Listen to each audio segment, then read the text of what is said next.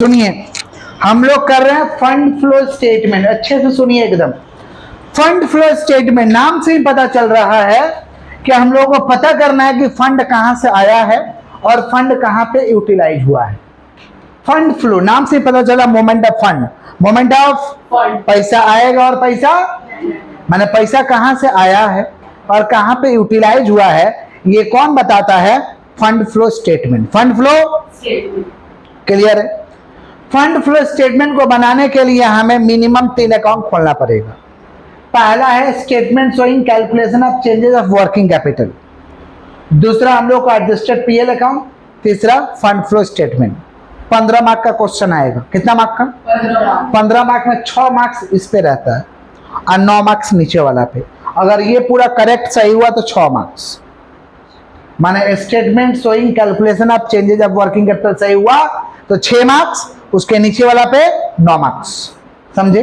हाथ को स्टॉप करिए और अच्छे से सुनिए। ये बनाना एकदम इजी है। Statement showing calculation of changes of working capital, इसका फॉर्मेट समझ लीजिए। पर्टिकुलर 2 ईयर का अमाउंट होगा, उधर इफेक्ट ऑन वर्किंग कैपिटल, एक इंक्रीज का कॉलम है, करेंट एसेट ऊपर में, करेंट लायबिलिटी नीचे में। करेंट एसेट ऊपर लिख देना है, जोड़ देना है टोटल ए। करेंट लायबिलिटी नीचे लिख देना है, जोड़ देना है टोटल बी। वर्किंग कैपिटल कैसे आता है? Total A minus B, total A minus. अब ये 2 साल है तो कंपेयर करेंगे तो या तो बैलेंस बढ़ेगा या तो बैलेंस घटेगा, या तो बैलेंस बढ़ेगा या तो बैलेंस। करेंट एसेट का बैलेंस अगर बढ़ा है तो इंक्रीज में जाएगा, घटा तो माने करेंट एसेट इंक्रीज हुआ तो इंक्रीज में, डिक्रीज हुआ तो उसका क्या था वो छोड़िए, ये नया चैप्टर है, ये फंड फ्लो है, ये बात समझिए। समझे? करंट एसेट इंक्रीज हुआ तो कहाँ लिखेंगे? डिक्रीज हुआ तो, लेकिन करेंट लायबिलिटी में उल्टा कर देंगे। इंक्रीज हुआ तो कहाँ लिखेंगे? डिक्रीज, और डिक्रीज हुआ है तो इंक्रीज। समझे? कैसे बनेगा सुनिए। ऊपर में करेंट एसेट, नीचे में करेंट लायबिलिटी। फॉर्मेट समझ आया या नहीं आया? फॉर्मेट कैसे होगा भाई? पर्टिकुलर 2 अमाउंट का कॉलम, इधर इफेक्ट ऑन वर्किंग कैपिटल, ऊपर लिखेंगे करेंट एसेट, नीचे लिखेंगे करेंट लायबिलिटी। लिखा रहेगा कि मैं करेंट लायबिलिटी हूं ऐसे। करेंट लायबिलिटी में provision for taxation, proposed dividend, provision for taxation, proposed dividend current liability नहीं होता है। Provision for taxation, proposed dividend current liability. ये क्वेश्चन दिए हैं। From the following balance sheet prepare fund flow statement.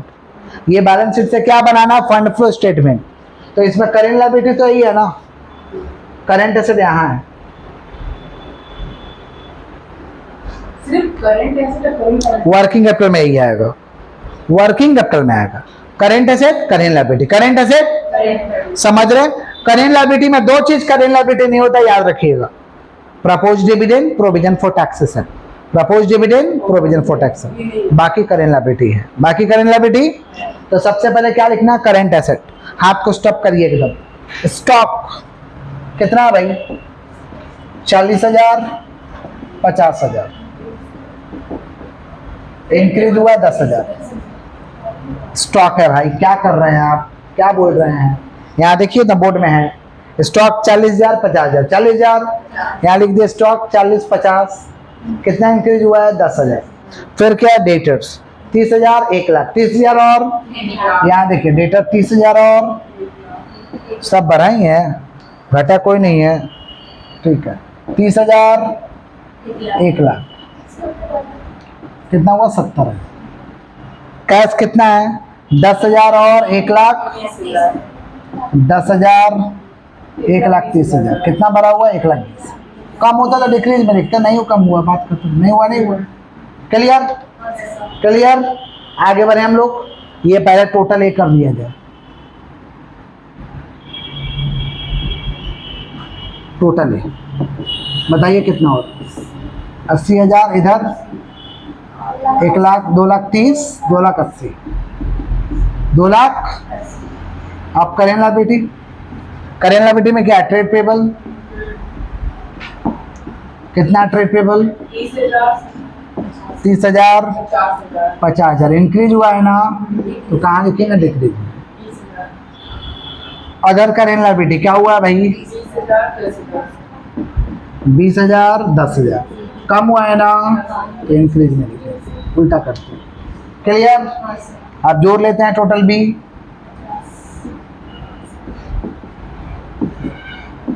30 20 50, 50 और 10 60। अब total A में से बी घटाएंगे तो क्या आएगा? Working capital. क्या आएगा भाई? Working capital A minus B. बताइए तो क्या आ रहा? 80 में से 50 30,000 और 2,80,000 में से 60,000 2,20,000। अब ये कंपेयर करिए रिजल्ट। यहाँ 30,000 यहाँ 2,20,000। ज़्यादा हुआ कि कम हुआ?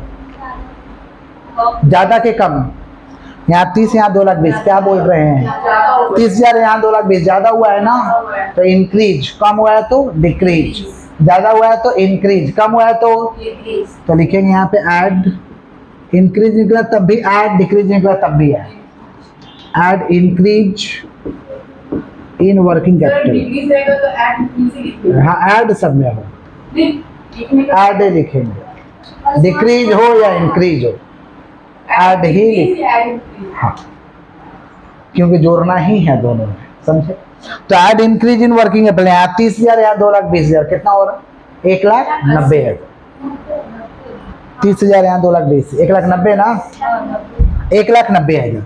तो इंक्रीज हुआ था इसमें और डिक्रीज हुआ रहता तो यहाँ, समझे? अब ये इंक्रीज रिजल्ट निकला है तो इसको शो करेंगे डिक्रीज में, और डिक्रीज निकलता रिजल्ट तो माने लायबिलिटी के थ्रू, जैसे लायबिलिटी में करते हैं वैसे ट्रीट करना है। तो इंक्रीज निकला तो कहाँ शो करेंगे? डिक्रीज। चलो बैलेंस करो। 2,20,000 2,20,000।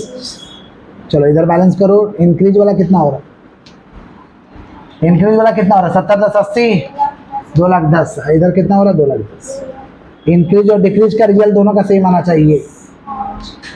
इंक्रीज और डिक्रीज का रिजल्ट दोनों का, और यहाँ वर्किंग कैपिटल का दोनों का result. Clear clear clear clear. Repeat कर दे क्या? वर्किंग कैपिटल बनाने का सिंपल तरीका, ऊपर में करेंट ऐसा लिख दो। इंक्रीज हुआ तो इंक्रीज में लिखो, डिक्रीज हुआ तो जोड़ के लिख लो टोटल। करेंट लायबिलिटी लिख दो, बट इंक्रीज हुआ तो डिक्रीज में, और डिक्रीज हुआ तो टोटल बी कर लो। ए में से बी घटाओ। अब देखो क्या हुआ है? ज्यादा हुआ तो इंक्रीज, इंक्रीज हुआ तो इसमें भरेंगे, अब कम हुआ तो डिक्रीज। कहाँ भरेंगे? डिक्रीज हुआ तो कहाँ दिखाएंगे? इंक्रीज में। और इंक्रीज निकला तो कहाँ दिखाएंगे? जोड़ लें। ये दोनों सेम होना चाहिए और इसका ये दोनों सेम होना चाहिए। क्लियर है क्या? पक्का। अब तो मेरे पास जगह नहीं है बनाने का, 2 और अकाउंट बनाना पड़ेगा। जल्दी से कॉपी करो, जल्दी एकदम। समझ आया है या नहीं आया? आया है समझ में? 6 मार्क्स कंफर्म करना भाई इस पे जी। 2 अकाउंट और बनाना है, एडजस्टेड पीएल और fund flow statement for the year ended. हाथ को स्टॉप करे सुनिए। एडजस्टेड पीएल कैसे बनेगा? रिजर्व एंड सरप्लस का ओपनिंग को इधर बीडी, क्लोजिंग को इधर सीडी। रिजर्व एंड सरप्लस का ओपनिंग को इधर बीडी, इधर। बाकी जितना कचरा आइटम जैसे provision for taxation, propose dividend, goodwill return of, depreciation, loss on sale of fix asset, ये सब इधर डालेंगे जो ऑपरेटिंग में ऐड करते थे। और एक चीज लेस करते थे, profit on sale of fix asset, इसको इधर डालेंगे। Profit on sale of fix asset क्या डालेंगे? क्रेडिट में। समझ रहे हैं? तो ये सब आइटम दिखाई देगा तो इधर डालेंगे, ये सब आइटम दिखाई देगा तो इधर। माने एडजस्टेड पीएल एकदम सिंपल है। रिजर्व एंड सरप्लस का ओपनिंग को इधर बेटी, क्लोजिंग को इधर सीडी। डेबिट में क्या आएगा?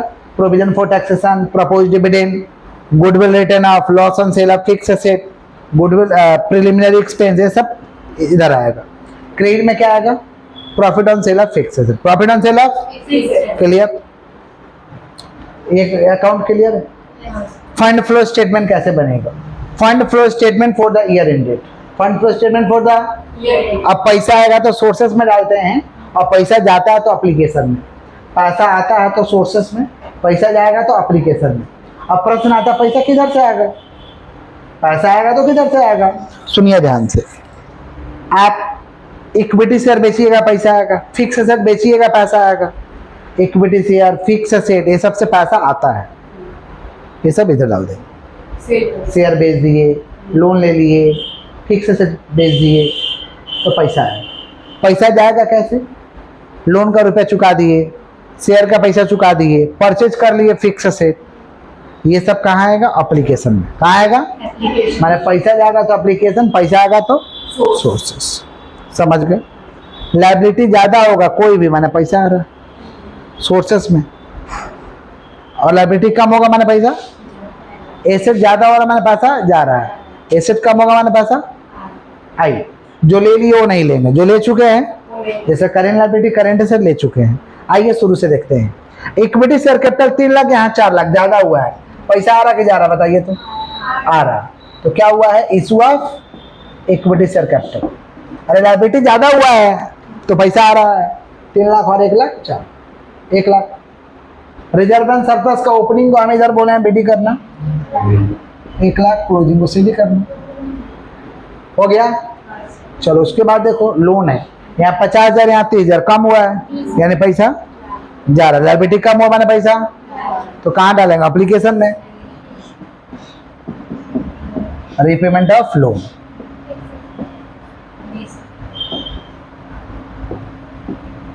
फिर क्या भाई, करेंट लायबिलिटी तो पूरा ले चुके हैं, फिक्स एसेट 2 लाख 3 लाख, ज्यादा हुआ मैंने खरीदे हो, एसेट ज्यादा होगा मैंने क्या की हो, एसेट कम हो मैंने बेचे हो, तो कितना 1 लाख। और इन्वेस्टमेंट 2 लाख 1 लाख, कम हुआ है, लायबिलिटी ज्यादा हुआ है मैंने पैसा आ रहा है, लायबिलिटी कम हुआ मैंने पैसा, एसेट ज्यादा हुआ मैंने पैसा जा रहा, कम हो रहा मैंने पैसा, तो यहाँ इन्वेस्टमेंट है 2 लाख, यहाँ 1 लाख मैंने बेची हो भाई, तो यहाँ लिख देंगे sale of investment. Sale of investment कितना 1 लाख। फिर क्या है, गुडविल, तो गुडविल 20,000, यहाँ 10,000, गुडविल रिटर्न अब कहाँ जाएगा, इधर कितना 10,000। और क्या है, और तो कुछ है नहीं। चलो पहले इसको बैलेंस करेंगे, एडजस्टेड पीए, बताइए कितना हो रहा है, 2,10,000, हमेशा डेबिट में ज्यादा होगा मैंने इस साइड ज्यादा होगा, 2,10,000 में से हाँ 2,10,000 में से 1 लाख जाएगा, कितना बचेगा 1,10,000। ये निकला भाई फंड फ्रॉम ऑपरेशन, क्या निकला, फंड फ्रॉम ऑपरेशन। जो निकलेगा उसको लिखेंगे फंड फ्रॉम ऑपरेशन, जो निकलेगा उसको क्या लिखेंगे, इसको इधर ट्रांसफर कर देंगे, इसको इधर समझ गए क्या बोले, समझ रहे क्या बोले कि नहीं समझ रहे, क्लियर है। तो क्या लिखेंगे यहाँ पे, फंड फ्रॉम ऑपरेशन कितना है 1,10,000 फंड फ्रॉम ऑपरेशन। अब देखिए ये ज्यादा किधर है, किधर ज्यादा, इधर ही ज्यादा है, तो इधर जोड़ेंगे, इधर जोड़ेंगे, इधर घट के बचेगा तो इंक्रीज निकलेगा, और इधर घट के बचेगा तो डिक्रीज निकलेगा। इधर घट के बचेगा तो क्या निकलेगा, डिक्रीज, और इधर घट के बचेगा तो माने सोर्सेस में घट के आएगा तो डिक्रीज है, एप्लीकेशन में घट के जाएगा तो इंक्रीज है। तो एप्लीकेशन में जा रहा है कितना हो रहा, 1 लाख 1 लाख 2 लाख 3,10,000, और 3,10,000 में से घटाओ कितना हो रहा, 1,20,000, कितना हो रहा, 3,10,000 में से 1,20,000 घटाओगे तो 1,90,000, 1 लाख क्या निकला, increase in working capital, increase in, और डेबिट में बचता तो क्या निकलता, डिक्रीज इन वर्किंग कैपिटल। क्या लिखेंगे, इंक्रीज इन वर्किंग कैपिटल, बोलो क्या बोले, इधर बचा तो इंक्रीज, इधर बचता तो क्या लिखता है, डिक्रीज। आप वर्किंग कैपिटल को एक बार देखो जो निकलवाए थे, उसका रिजल्ट क्या निकला था,